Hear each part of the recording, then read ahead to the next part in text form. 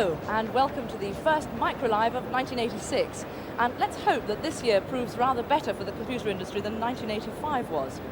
Well, we've come along to the National Exhibition Centre just outside Birmingham for the 1986 Which Computer Show. The organisers say the attendance figures are 30% up on last year, and most of the big names are here. Commodore with the official launch of the Amiga, IBM continuing their takeover of the world, and Apricot as the British representative in the big league. But what everyone here is trying to do is business. 8!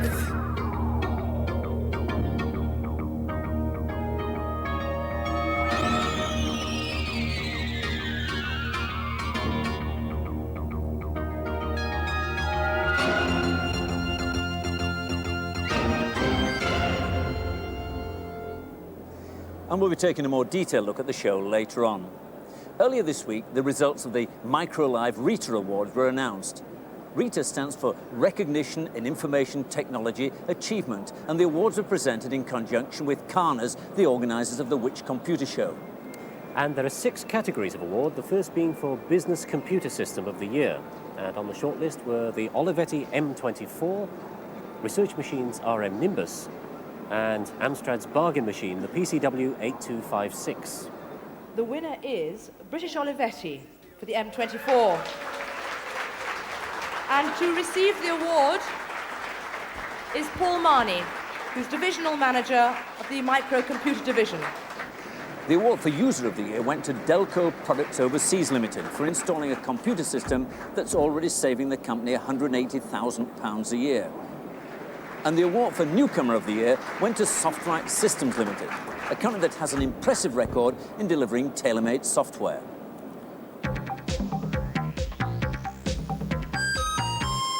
And some more awards later on. Well, I'm now on the Apricot stand here, dominating the main hall. And I suppose that's only fitting because Apricot are a Birmingham-based firm, and they're on home ground. They're showing their range of business micros, including this one here, the Zen. And all of these machines can be networked. A network, of course, is a means of connecting computers together so they can share information and share programs. One very clear trend to emerge at this year's show is the growth of computer networks. Many manufacturers are showing network versions of their machines, and as if further evidence of this trend were needed, the software houses too are bringing out network versions of some of their best-selling programs.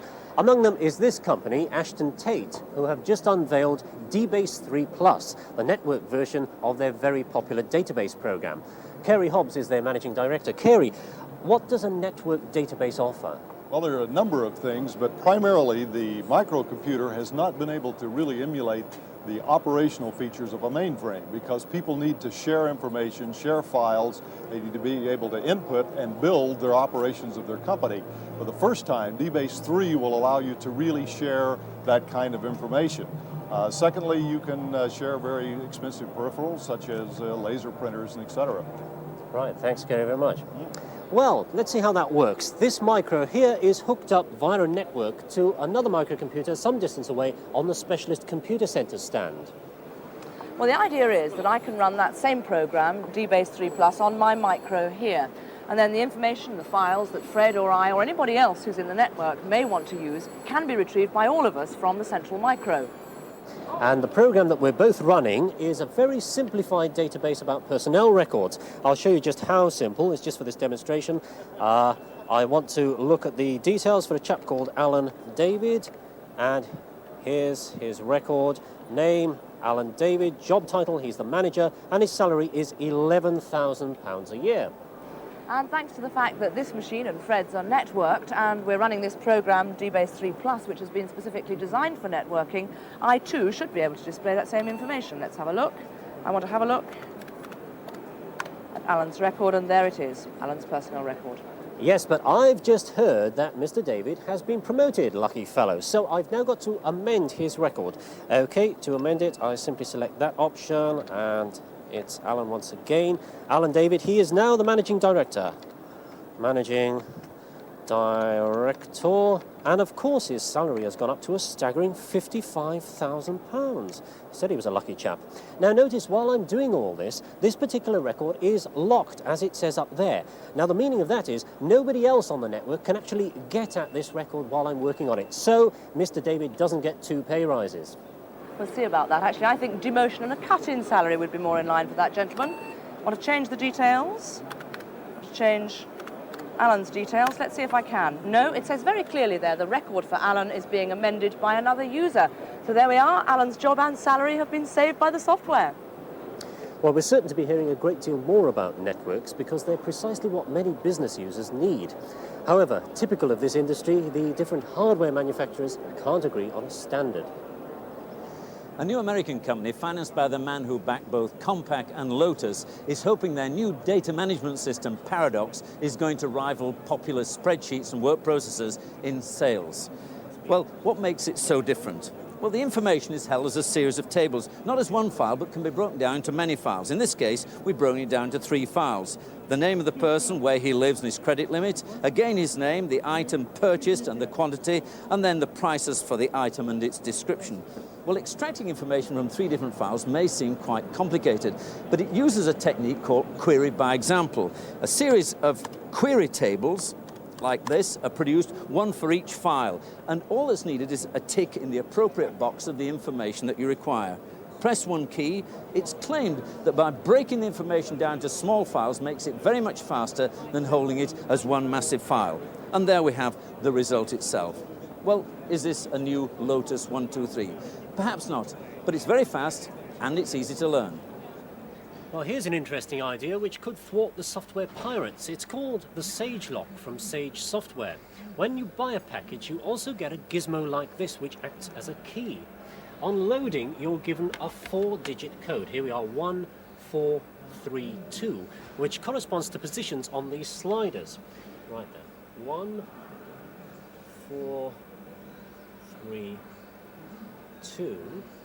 And that gives us a 4-color code down here, which is green, blue, red, white. Okay, I'll enter that. Green. Enter that. Blue. Where are we? There it is.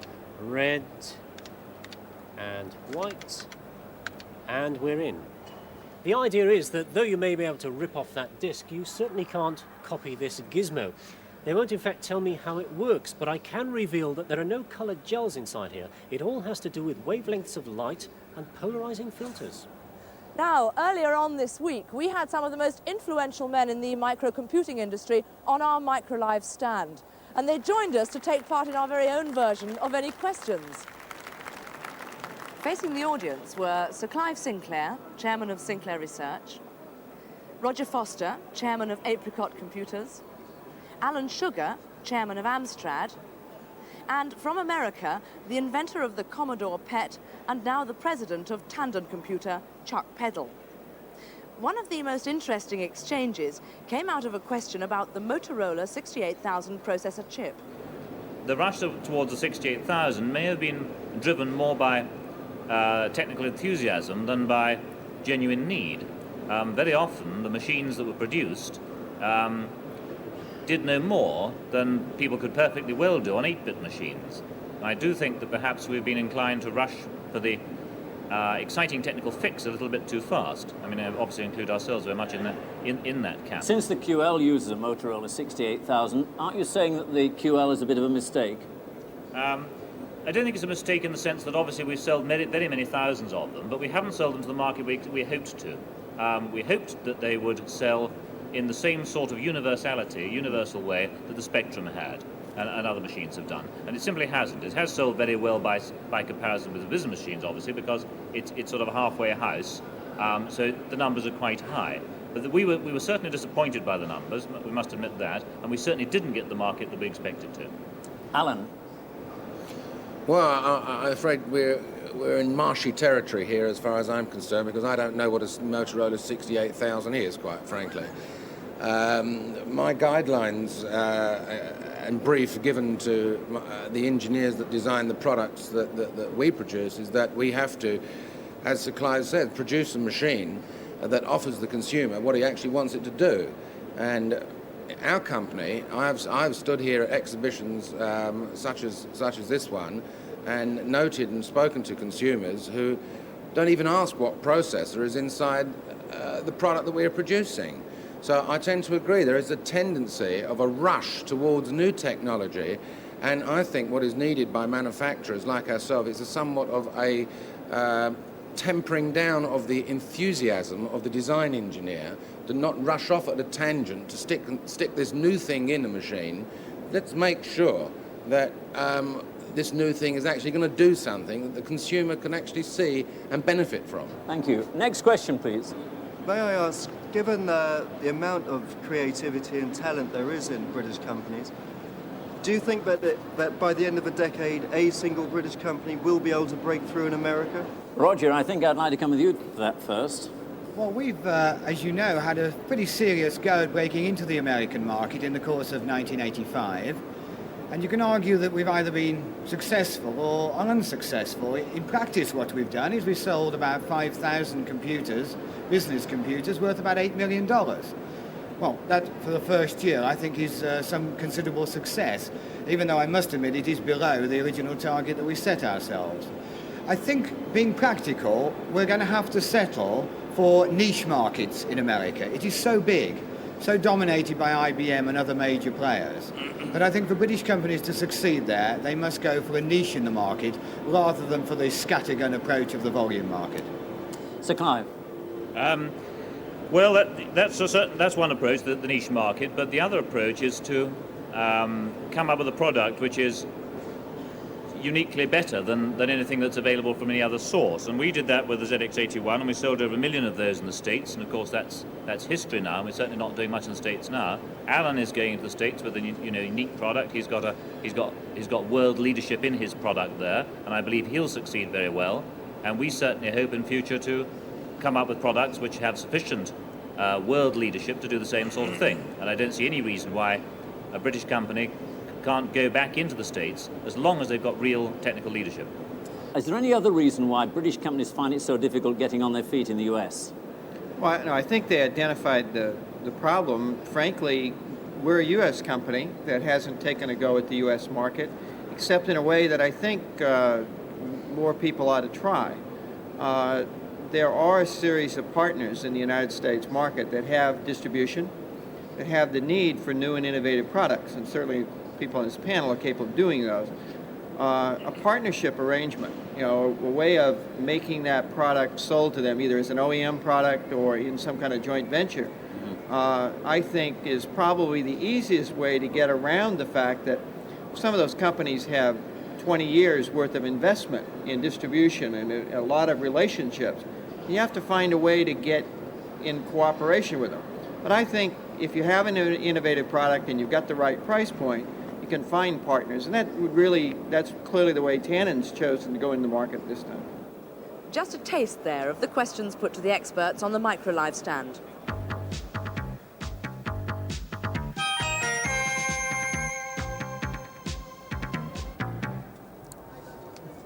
Job opportunities in computers.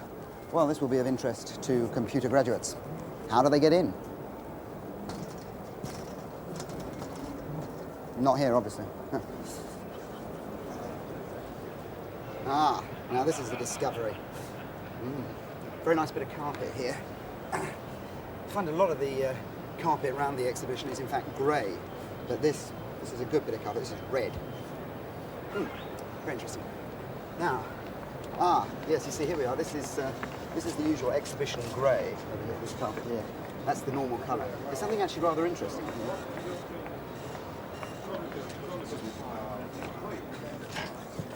Trying to get a quick look around before the rush starts. I don't know if you can see this here. This is a lightweight telephone dispensed with buttons. There's no wiring. Very easy to use.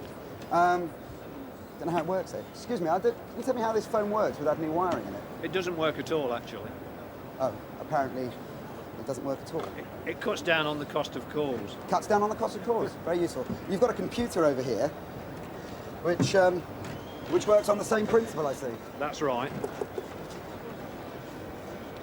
Yes. Now this is pretty impressive. Look at this. Nice bit of blue carpet. I'm glad to see they've put a bit of plastic underneath this car so it doesn't muck up the carpet. Nice bit of blue. There's a little model over here I'd like you to have a look at.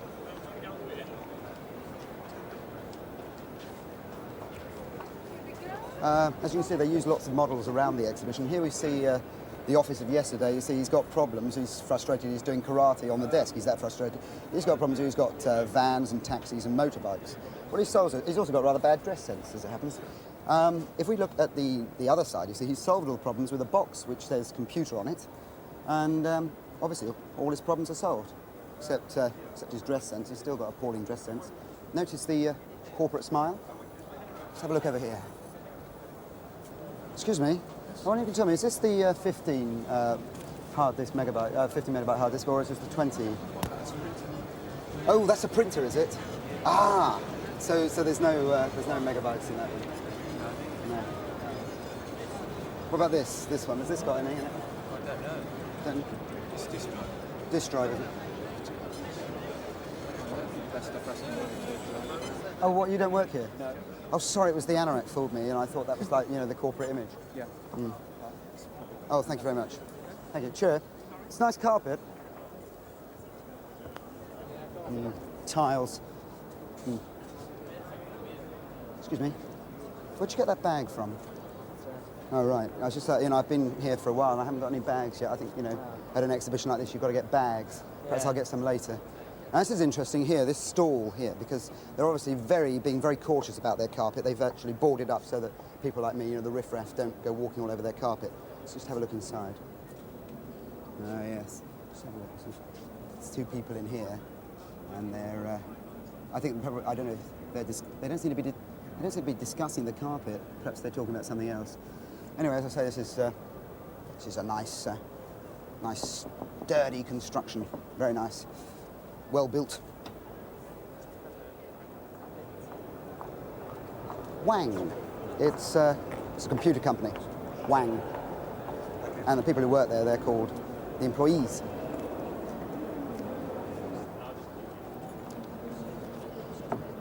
Ah, yes. Carpet here is a bit grubby. Excuse me, I wonder if you could tell me, something more about this monitor system. Excuse me. Oh, sorry. I thought, that was, but it's not. Sorry. Sorry. Ooh, excuse me. Sorry. Sorry. I think there's some good carpet over here. I believe it's... Good luck. Well, the next category in the Rita Awards was Software Product of the Year, and that was won by Compsoft for Domino, their interactive graphic shell package. Congratulations to them. And the next category is Systems Innovation of the Year, and three very interesting finalists here. The RM Nimbus, the One Per Desk from ICL, and the Liberator from Thorn EMI. Now, Mac, you were one of the Rita panel of judges. What were you looking for? Well, the award can be given for a whole system, part of a system, or even just a peripheral. And this year, all three finalists were, of course, whole systems. So we're looking for innovation that will bring in a whole range of new microcomputer users. And we felt there was only one finalist that really fitted the bill. And the winner I have here is ICL for One Per Desk. And to collect that award is Andy Roberts. And that brings us to the final award, which is for Personality of the Year. Now, this award is given to the individual who, in the opinion of the judges, has made the most outstanding personal contribution to the computer industry in the UK. And the three finalists were Mike Fisher, the MD of Research Machines, Alan Sugar, the Amstrad chief, and Roger Foster of Apricot. Whether it's the smile, the product, the balance sheet, or the total package, the winner of the 1986 Personality of the Year Award is Alan Sugar of Amstrad.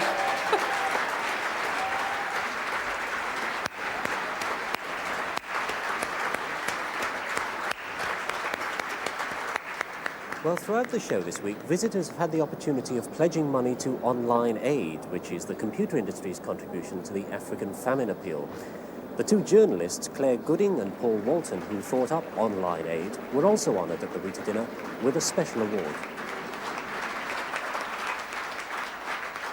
Online Aid is a chance to put it back, to put something back. and to plough some of the resources of the computer industry back into helping people, back into our communities as well, I hope, later on.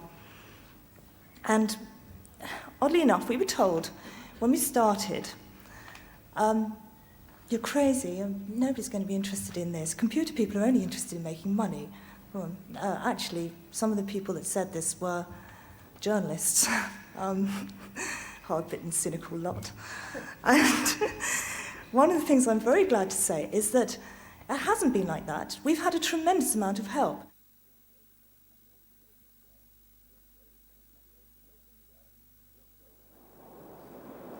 Two British manufacturers noticeably absent from this show this year were Sinclair and Acorn, who seem to have abandoned the mainstream business micro market. But last week, Acorn did announce a long-awaited successor to the BBC Model B Micro. Ladies and gentlemen, welcome to the presentation and the exhibition, which is mounted jointly by BBC and Acorn Computers. Last week, in a joint three-day launch with the BBC, Acorn introduced a new range of microcomputers.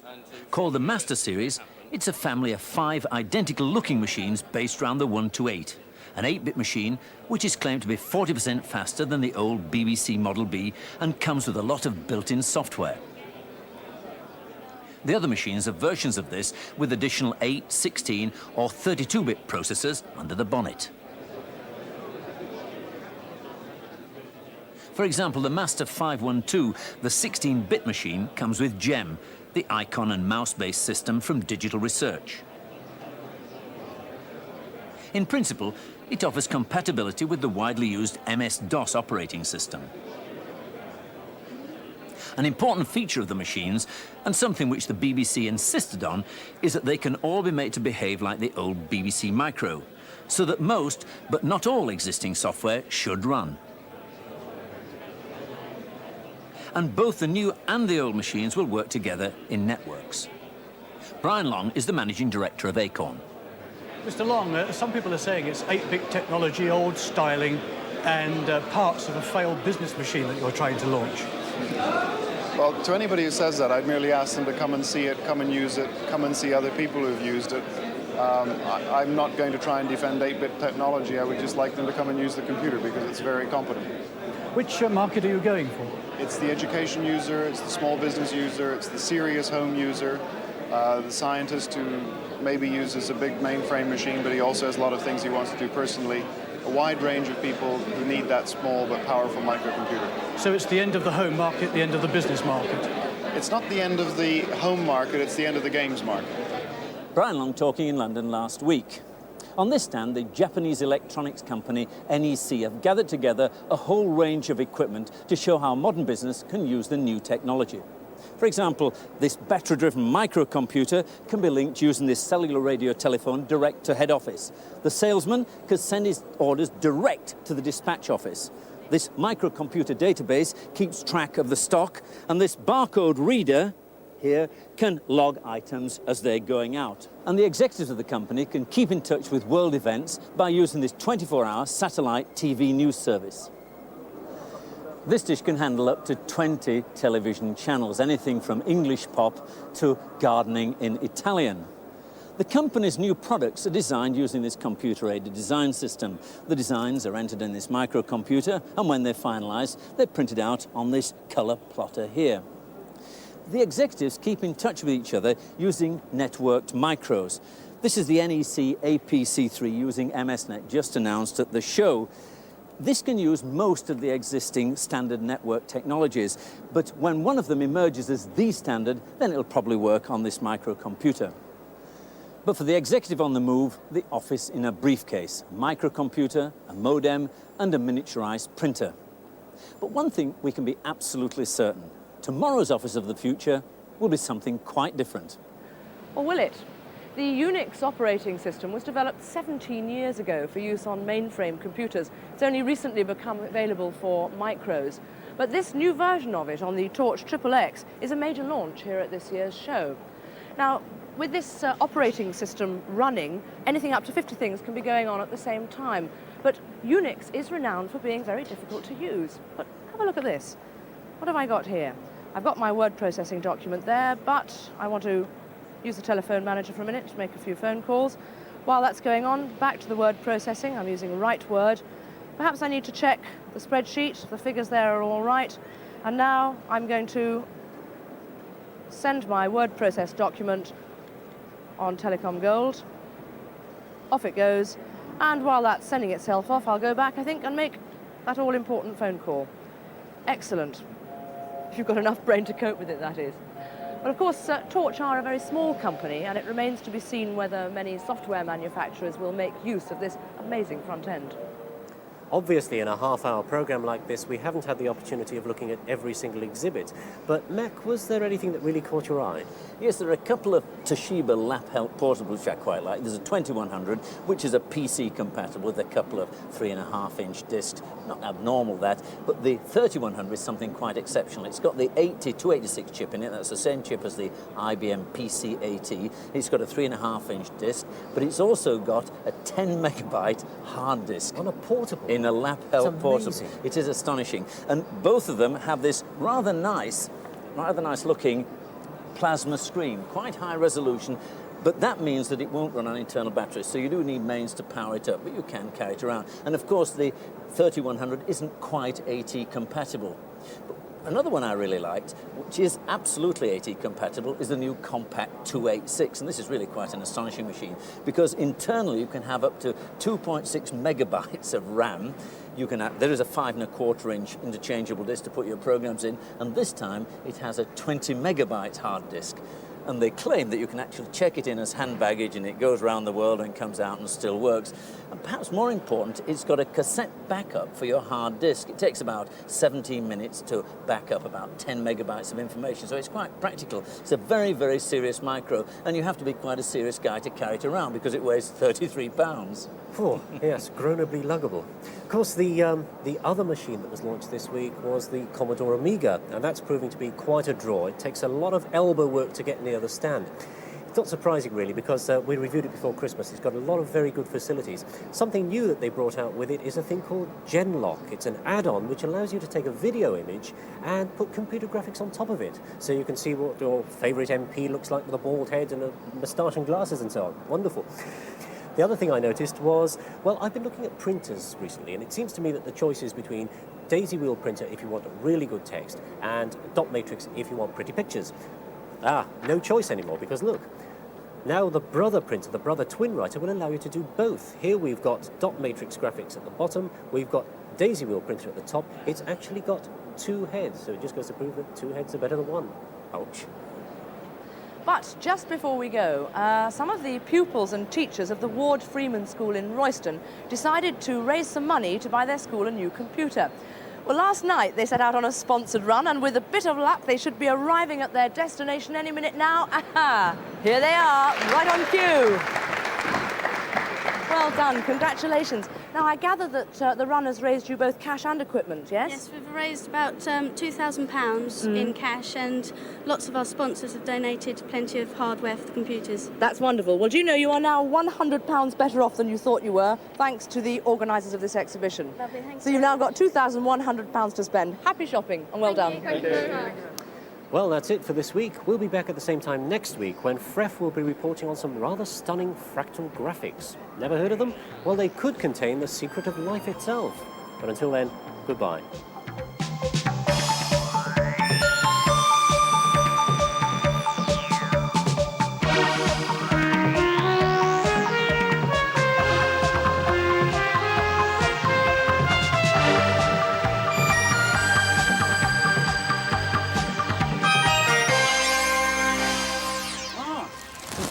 There you are. I just wanted to say that...